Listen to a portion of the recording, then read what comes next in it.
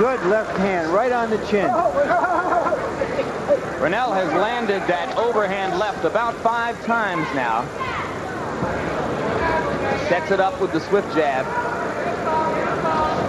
Or has led with it a couple times.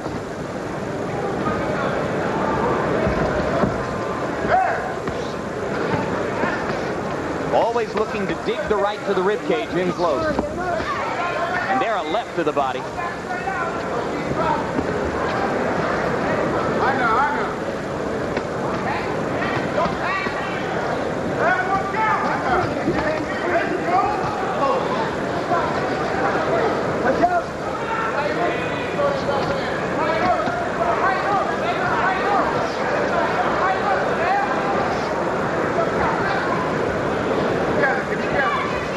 Jones fighting almost exclusively out of the southpaw stance in this fight. Only for a few seconds as he turned around and fought from a conventional. Now he turns around and goes conventional and steps forward behind the left jab.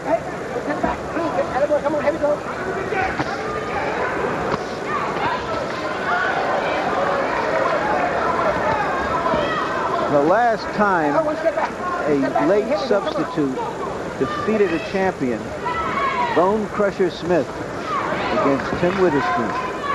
Thrown in with only about 3 or 4 days preparation, right? I don't recall. It might have been longer than that, Jim. I think it was somewhere between a week and 2 weeks. Our producer, Ross Greenberg, tells us it was 1 week. And what resulted was a 1-round knockout.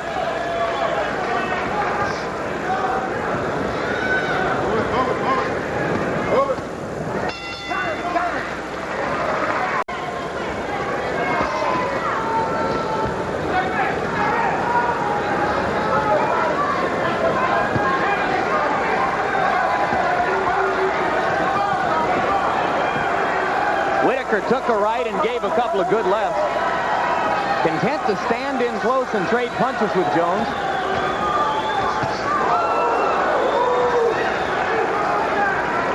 He's put some heavy stuff on Jones, and Jones isn't going anywhere yet.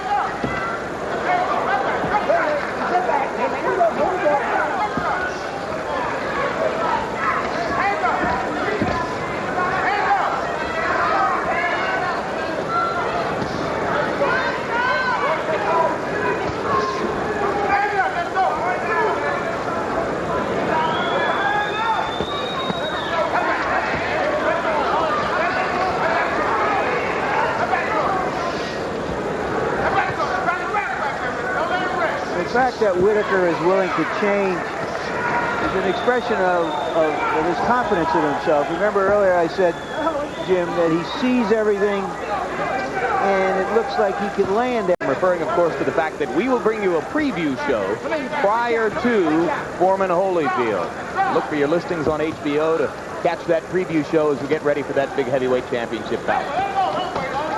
Good left hand by Whitaker and another left, and Jones's defense begins to drop a little bit.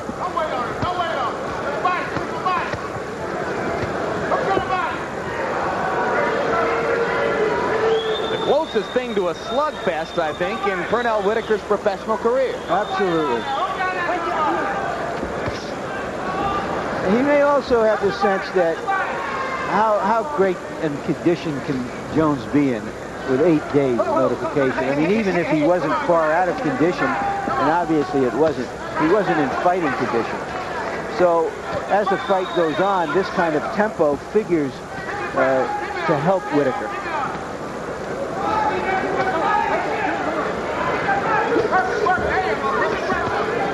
Wonder if he enjoyed reading the press clippings after his 1-round knockout of Nazario.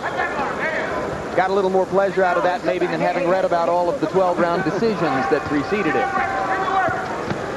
Well, he may find out something about himself here.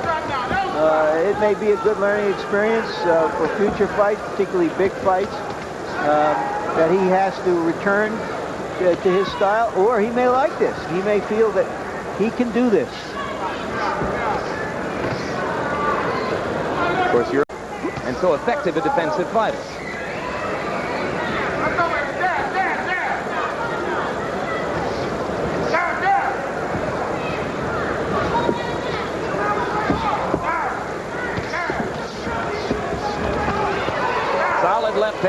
Whitaker in that exchange, but Jones landed 2 rights. There's the left and the right to the body. If this is an experiment for Whitaker, fighting this kind of fight, the result could be good. I mean, he has hit Jones with some really good, hard, straight punches, and there is Jones standing right in front of him. So he may go back and look at this and say, okay, I don't have the natural power to fight this way very often, and to somehow find some more happy medium between his old style and this style. Just saw him shake the left hand a little bit, and Pernell has a history of hand problems. He has broken a knuckle or 2 in the past. So you have to watch carefully in all his fights to see if he's favoring it. But no, he is not favoring the left hand, as he saw there with the 2 hard shots. So round 8, Harris against Jose Luis Ramirez. And between rounds, he seemed to be flexing it in the corner, as if to try to be sure that all the feeling was there.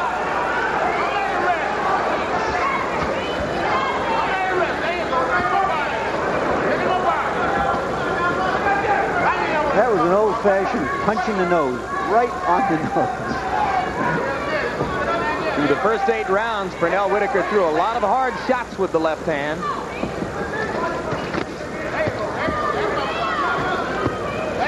Doesn't seem to be throwing it with the same resolve now.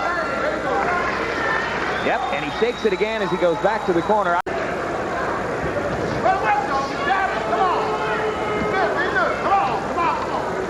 Generally regarded as one of the best.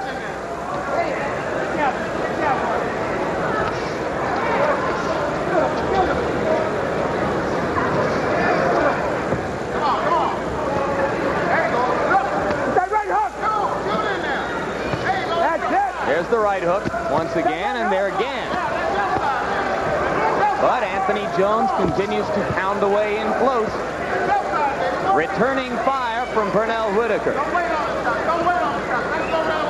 And while it's a different kind of bout, the parallel here to Barkley Nunn is that this is an increasingly dull fight. As big as this or bigger than that last February, Jim. Yeah, I remember that. We have seen some unusual things.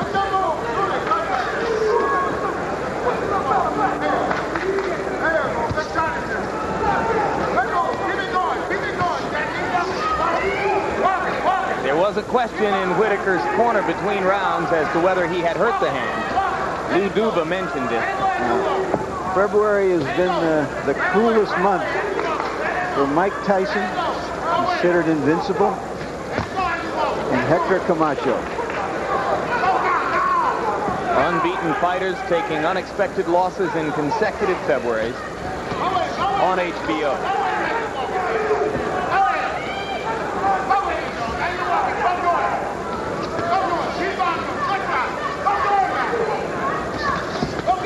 Well, barring a monumental reversal of expectation by the Vegas judges here, Pernell Whitaker is going to have another defense of his lightweight championship in a unanimous decision over Anthony Jones in a bout which will not be remembered much, as it comes in the aftermath of the stunning upset of Hector Camacho by Greg Haugen. But as you pointed out at the beginning of the fight, the question now will be, with Camacho temporarily at least out of the picture, where does Whitaker go from here? Will he stay at 135 pounds, continuing to try to pick off opponents in his own weight class, or will he consider Chavez at 140 pounds? Obviously, the money will be in a Chavez fight. Whitaker with a final burst, gunning for a knockout. For the good fighters, they go where the money is. Hearns, Leonard moved up and down from welterweight to light heavyweight, and I don't think 140 pounds is any hard obstacle for this man. Is Whitaker ready for Chavez? Absolutely.